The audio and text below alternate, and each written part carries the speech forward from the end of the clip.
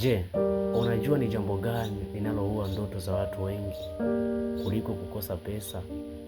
Watu wengi huanza kisha waacha kabla ya juhudi zao kuzaa matunda.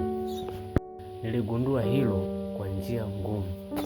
Nilikuwa ninaanza kwa nguvu. Siku ya kwanza nina hamasa, siku ya pili ninaendelea. Baada ya wiki moja hakuna viewers nyingi, hakuna comment nyingi.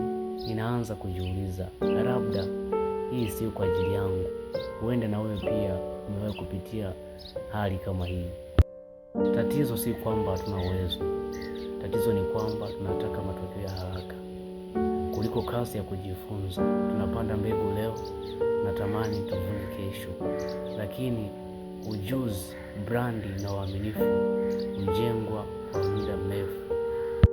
Ndipo nilipotengeneza sheria hii: usipime mafanikio kwa viewers, pima kwa vitu vifuatavyo. Je, leo nimejifunza kitu kipya? Je, leo nimetengeneza kitu? Je, leo nimemsaidia mtu mmoja? Je, leo nimekuwa bora kuliko jana? Ukijibu ndio kwenye maswali hayo, basi wewe unaendelea mbele hata kama bado algorithm haijawa upande wako. Fikiria miezi 6 kutoka leo. Umejifunza ujuzi mpya, umejenga brandi yako, umejenga portfolio. Then unajiuliza, kama ningeacha mwezi wa kwanza ningefika hapa leo?